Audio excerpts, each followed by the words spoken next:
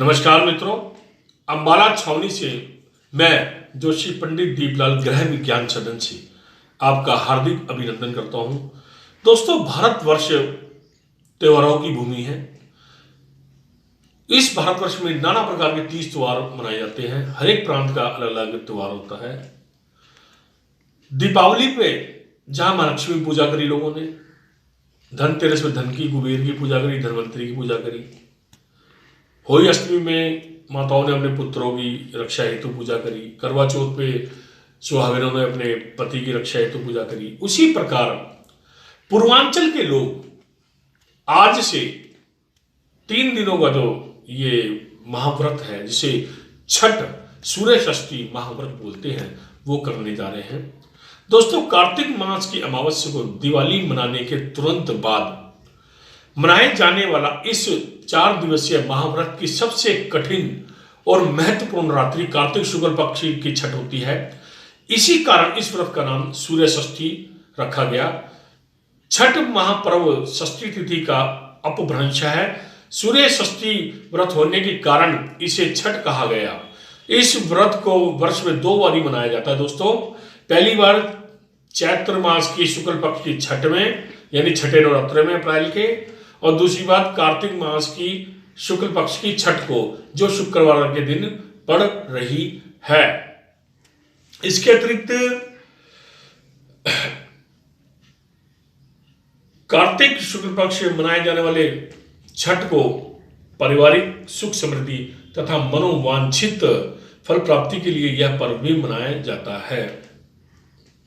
दोस्तों, छठ पर्व में सूर्य और छठ मैया की पूजा कैसे होती है, थोड़ा देखें, सुने। छठ पूजा में सूर्य अर्घ छठ पूजा में मैंने बताया आपको कि विशेषतः सूर्य की पूजा की जाती है। दोस्तों, सूर्य प्रत्यक्ष रूप से दिखाई देने वाला देवता है, जो पृथ्वी पर सभी प्राणियों के जीवन का आधार है। सूर्य देव के साथ साथ छठ पर छठ माता की भी पूजा का विधान बताया गया है। सूर्य और छठ माता का संबंध भाई बहन का बोला गया है। मूल प्रकृति के छठे अंश से प्रकट होने के कारण इसका नाम षष्ठी रखा गया। यह कार्तिकेय की पत्नी भी है। कौन? छठ माता। षष्ठी देवी देवताओं की देव सेना भी कही जाती है। पौराणिक कथाओं के अनुसार षष्ठी की पहली पूजा सूर्य ने की थी। वैज्ञानिक दृष्टि से देखें तो छठ के दिन विशेषतः खगोलीय परिवर्तन होता है, जब सूर्य की पराबैंगनी किरणें असामान्य रूप से एकत्र होती हैं और उनके कुप्रभावों से बचने के लिए सूर्य की उषा और प्रत्युषा के रहते जल से खड़े रहकर छठ का व्रत किया जाता है। पौराणिक मान्यता के अनुसार दोस्तों, छठ मैया या षष्ठी माता संतानों की रक्षा करती है और उन्हें दीर्घायु प्रदान करती है। शास्त्रों में देवी को ब्रह्मा जी की मानस पुत्री कहा गया है। छठ माता पुराणों में इन्हें मां कात्यायनी भी कहा गया है, जिनकी पूजा नवरात्रि में छठ तिथि पर की जाती है। छठ देवी को बिहार झारखंड में स्थानीय भाषा में छठ मैया बोला जाता है। छठ पर्व की परंपरा क्या है दोस्तों? क्या परंपरा है इसकी? किस प्रकार से मनानी चाहिए? यह महापर्व 4 दिनों तक चलता है। भैया दूज के तीसरे दिन से ही आरंभ होता है। पहले दिन सेंधा नमक, घी से बना हुआ अरवा चावल और कद्दू की सब्जी प्रसाद के रूप में ली जाती है। दोस्तों, जो कि आज 18 नवंबर दिन बुधवार के दिन पूर्वांचल के लोग बड़ी श्रद्धा से ग्रहण करेंगे। अगले दिन यानी कल 19 नवंबर के दिन उपवास आरंभ हो जाता है। इस दिन रात में खीर बनाई जाती है। व्रतधारी रात में यह प्रसाद लेते हैं। तीसरे दिन यानी परसों शुक्रवार के दिन डूबते सूर्य को अर्घ यानी दूध अर्पण करते हैं। अंतिम दिन उगते सूर्य को यानी शनिवार के दिन अर्घ चढ़ाते हैं। इस पूजा में पवित्रता का विशेष ध्यान रखा जाता है। प्याज, लहसुन वस्तुएं, तामसी चीजें निषिद्ध मानी गई है। जिन घरों में यह पूजा होती है वहां भक्ति गीत गाए जाते हैं। आजकल कुछ नई रीतियां भी आरंभ हो चुकी हैं, जैसे पंडाल और सूर्य देवता की मूर्ति स्थापना करना। उस पर भी शहनाई पर काफी खर्च होता है और सुबह के अर्घ के उपरांत आयोजनकर्ता माइक पर चिल्लाकर प्रसाद बांटते हैं, पटाखे भी जलाते हैं, कहीं कहीं पर तो ऑर्केस्ट्रा भी बजाए जाते हैं। परंतु साथ ही साथ दूध, फल, उदबत्ती भी बांटी जाती है। पूजा की तैयारी के लिए लोग मिलकर पूरे रास्ते सफाई करते हैं। छठ महाव्रत दोस्तों, छठ उत्सव के केंद्र में छठ व्रत है, जो एक कठिन तपस्या की तरह है। यह प्राय महिलाओं द्वारा किया जाता है, किंतु कुछ पुरुष भी यह व्रत करते हैं। व्रत रखने वाली महिला को प्रवैतनी भी कहा जाता है। 4 दिनों तक इस व्रत में व्रती को लगातार उपवास करना होता है। भोजन के साथ ही सुखद शैया का भी त्याग किया जाना होता है।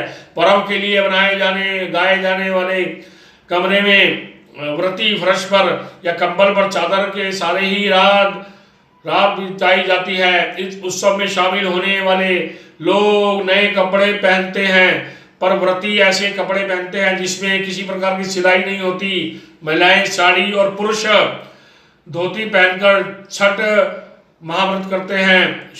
यह व्रत शुरू करने के बाद छठ पर्व को सालों साल तक करना होता है, जब तक कि अगली पीढ़ी की किसी विवाहित महिला को इसके लिए तैयार न कर लिया जाए। घर में किसी की मृत्यु हो जाने पर यह व्रत नहीं किया जाता। ऐसी मान्यता है कि छठ महापर्व पर व्रत करने वाली महिलाओं को पुत्र रत्न प्राप्ति होती है।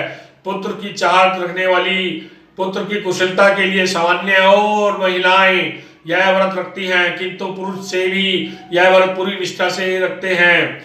छठ पूजन की दोस्तों विधि क्या है, कैसे करें यह व्रत पूर्वांचल के लोग? छठ पूजा से पहले निम्न सामग्री जुटा लें और फिर सूर्य देव को विधि विधान से अर्घ दें। बांस की 3 बड़ी टोकरी, बांस या पीतल के बने 3 सूप, थाली, दूध और गिलास। नंबर 2 चावल, लाल सिंदूर, दीपक, नारियल, हल्दी, गन्ना, सुधनी, सब्जी और शकरकंदी। तीसरी नाशपाती, बड़ा नींबू, शहद, पान, साबुत सुपारी, केराव, कपूर, चंदन और मिठाई। चौथा प्रसाद के रूप में ठेकुआ, मालपुआ, खीर, पूड़ी, सूजी का हलवा, चावल के बने लड्डू। सूर्य को अर्घ देने की विधि दोस्तों, ये तो मैंने बताई आपको सामग्री, जो कि आम लोगों को, पूर्वांचल के लोगों को पता होगी। अब सूर्य को अर्घ देने की विधि बताने जा रहा हूं। बांस की टोकरी में उपरोक्त सामग्री रखें। सूर्य को अर्घ देते समय सारा प्रसाद सूप में रखें और सूप में ही दीपक जलाएं। फिर नदी में उतरकर सूर्य देव को अर्घ दें। पहला दिन यानी आज नहाए खाए का पहला दिन कार्तिक शुक्ल चतुर्थी यानी जो आज है 18 नवंबर दिन, बुधवार के दिन के रूप में मनाई जाती है। सबसे पहले घर की सफाई कर उसे पवित्र बना लिया जाता है। इसके बाद छठ माता, छठवती यानी जो छठ करती है स्त्रियां, स्नान करके पवित्र तरीके से बने शुद्ध शाकाहारी भोजन ग्रहण करके व्रत की शुरुआत करती हैं। घर के सभी सदस्य व्रती के भोजनोपरांत ही भोजन ग्रहण करती हैं। जो छठ मां व्रती महिलाएं होती हैं उनके लिए बता रहा हूं मैं आपको। भोजन के रूप में कद्दू, दाल, चावल इत्यादि ग्रहण किया जाता है। यह दाल चने की हुआ करती है। दूसरे दिन यानी कल गुरुवार के दिन 19 नवंबर के दिन कार्तिक शुक्ल पंचमी जो कल है, व्रतधारी दिन भर का उपवास रखने के बाद शाम को भोजन करेंगे। इसे खरना कहा जाता है। खरना का प्रसाद लेने के लिए आसपास के सभी लोगों को निमंत्रण दिया जाता है। प्रसाद के रूप में गन्ने के रस में बने हुए चावल की खीर के साथ दूध, चावल का पिट्ठा और घी चुपड़ी रोटी बनाई जाती है। इसमें नमक या चीनी का उपयोग नहीं किया जाता।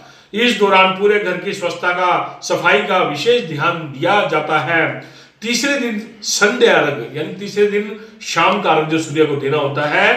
तीसरे दिन यानी शुक्रवार के दिन कार्तिक शुक्ल छठ को दिन में छठ प्रसाद बनाया जाता है। प्रसाद के रूप में ठेकुआ, जिसे कुछ क्षेत्रों में ठीकरी भी कहते हैं, इसके अलावा चावल के लड्डू, जिसे लड्डू भी कहा जाता है, बनाए जाते हैं घरों में। इसके अलावा चढ़ावा के रूप में भी लाया गया सादा और फल भी छठ प्रसाद के रूप में शामिल होता है। शाम को पूरी तैयारी और व्यवस्था कर बांस की टोकरी में अर्घ का सूप बनाया जाता है और व्रती के साथ परिवार तथा पड़ोस के सारे लोग अस्ताचलगामी सूर्य को अर्घ देने की घाट की ओर चल पड़ते हैं। सभी छठ व्रती एक नियत तालाब या नदी किनारे इकट्ठा होकर के सामूहिक रूप से अर्घ दान का संपन्न करते हैं। सूर्य को जल और दूध का अर्घ दिया जाता है तथा छठ मैया की प्रसाद पूरे सूप से पूजा की जाती है। सूप एक टोकरी होती है बांस की, उसको सूप कहा जाता है। इस दौरान कुछ घंटे के लिए मेले का दृश्य बन जाता है। छठ का मेला मित्रों, चौथे दिन कार्तिक शुक्ल सप्तमी की सुबह उदीयमान सूर्य को अर्घ दिया जाता है। व्रती वही पुनः दोबारा उसी तरह इकट्ठे होते हैं जहां उन्होंने शाम को अर्घ दिया था। पुनः पिछले शाम की प्रक्रिया पुनरावृत्ति होती है। अंत में व्रती कच्चे दूध का शरबत पीकर तथा थोड़ा प्रसाद पाकर व्रत पूर्ण करते हैं। छठ पूजा का पौराणिक महत्व क्या है? छठ पूजा की परंपरा और उसके महत्व का प्रतिपादन करने वाली अनेक पौराणिक और लोक कथाएं प्रचलित है दोस्तों, बहुत कथाएं हैं। रामायण की मान्यता बताने जा रहा हूं। एक मान्यता के अनुसार लंका विजय के बाद राम राज्य की स्थापना के लिए कार्तिक शुक्ल छठ को भगवान राम जी और माता सीता ने उपवास किया था और सूर्यदेव की आराधना की। सप्तमी को सूर्योदय के समय पुनः अनुष्ठान कर सूर्यदेव से आशीर्वाद प्राप्त किया था। एक महाभारत की कथा के मान्यता के अनुसार, एक अन्य मान्यता के अनुसार छठ महापर्व की शुरुआत महाभारत के काल से हुई। सबसे पहले सूर्यपुत्र कर्ण ने सूर्यदेव की पूजा करी। कर्ण भगवान सूर्य का परम भक्त था। वह प्रतिदिन घंटों कमर तक पानी में खड़ा होकर, यानी पानी में आधा खड़ा होकर के सूर्य को अर्घ दिया करता था। सूर्य की कृपा से वह महान योद्धा बना। आज भी छठ में अर्घ दान की यही पद्धति प्रचलित है दोस्तों। कुछ कथाओं में पांडवों की पत्नी द्रौपदी द्वारा भी सूर्य की उपासना करने का उल्लेख मिलता है। वे अपने परिजनों के उत्तम स्वास्थ्य की कामना और लंबी उम्र के लिए नियमित रूप से पूजा किया करती थी सूर्य देव की। पुराणों में की मान्यता के अनुसार, एक कथा के अनुसार राजा प्रियव्रत को कोई संतान नहीं थी।